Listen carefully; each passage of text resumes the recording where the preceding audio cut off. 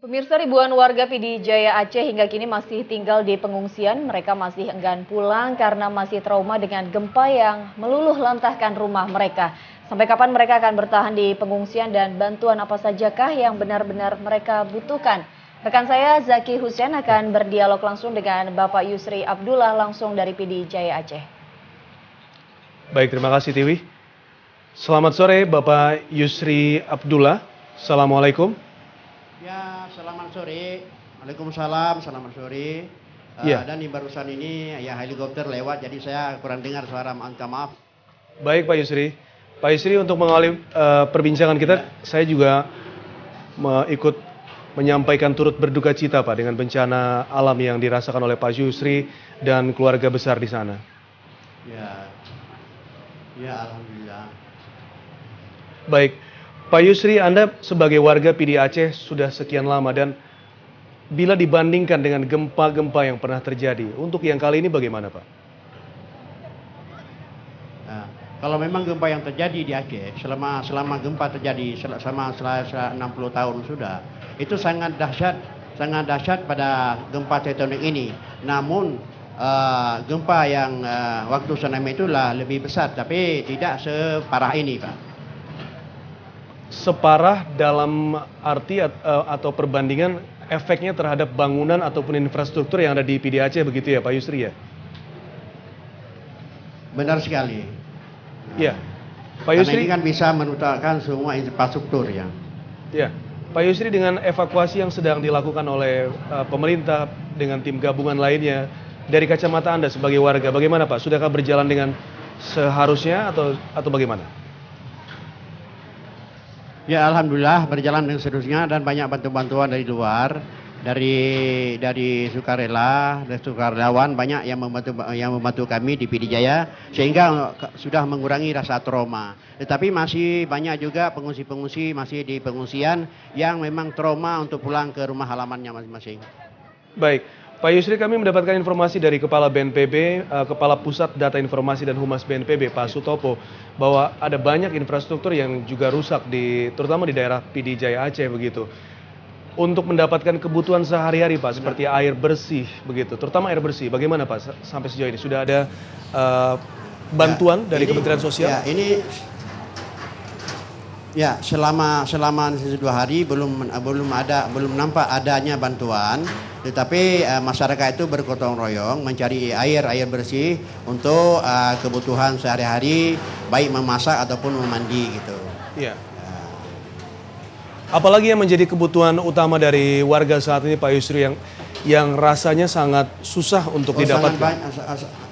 Ya. Apa saja kira-kira Pak? Ya, sangat banyak. Ini kayaknya trauma ini karena padamnya listriknya tidak nyala, ya sehingga ya kucar-kacir lah waktu para pengungsi di tiap-tiap posko itu sangat khawatir karena memang tidak ada lampu dan juga makanannya juga datang dari pemerintah. Baik dari tingkat pusat maupun daerah itu memang sudah agak lumayan Pak. Iya. Pak Yusri, bagaimana dengan anggota keluarga Anda sendiri dengan adanya bencana alam ini? Kondisi mereka semuanya? Saya salah satu keluarga yang menimpa musibah. Pada malam tersebut anak saya tertimpa reruntuhan puing-puing gempa itu sehingga meninggal dunia kemarin dan sudah kita kebumikan. Jadi merasa trauma, merasa kehilangan karena anak perempuan saya sudah meninggal kita semua. Baik Pak Yusri. Kemudian untuk masalah bantuan lainnya Pak Yusri, mungkin Anda juga bisa mewakili warga yang ada di PD Jaya Aceh begitu. Apa saja yang menjadi kebutuhan yang harus segera didistribusikan oleh pemerintah ataupun juga sukarelawan, terutama dimulai dari hari ini. Ya, baik. Ya, yang baik. Yang pertama sekali itu kebutuhan yang sangat mendesak untuk masyarakat. Itu adalah beras, telur, sarimi, dan kebutuhan air yang sangat penting. Karena kita tahu itu air kan suatu kebutuhan hidup manusia, jadi itu harus diadakan. Baik, dan juga ada banyak keluarga-keluarga korban atau juga warga yang ada di PD Jaya Aceh yang saat ini sedang ada di kota-kota lain atau di ibu kota atau di mana saja yang ingin sekali untuk bisa kembali. Dari pandangan mata dari yang Anda lihat sebagai warga dan langsung di sana begitu, apakah memungkinkan bila mereka ikut datang dan turut membantu begitu, Pak Yusri?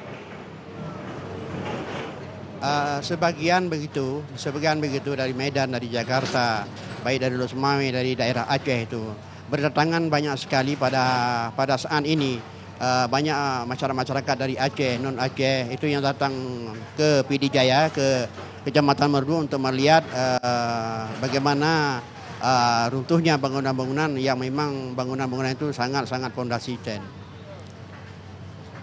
Baik, Pak Yusri, dari tim gabungan yang saat ini masih melakukan evakuasi untuk mencari korban dari yang Anda lihat sebagai warga begitu ya, jumlah timnya sudah cukupkah atau memang masih butuh bantuan lagi dari sukarelawan dari seluruh Indonesia untuk mengerjakannya? Ya, dilihat daripada aparat yang sudah membantu, khususnya di Kecamatan Merdu, ini ibu kota Kabupaten PD Jaya, sudah agak memadai. Cuman karena operatornya kurang sehingga bisa kewalahan.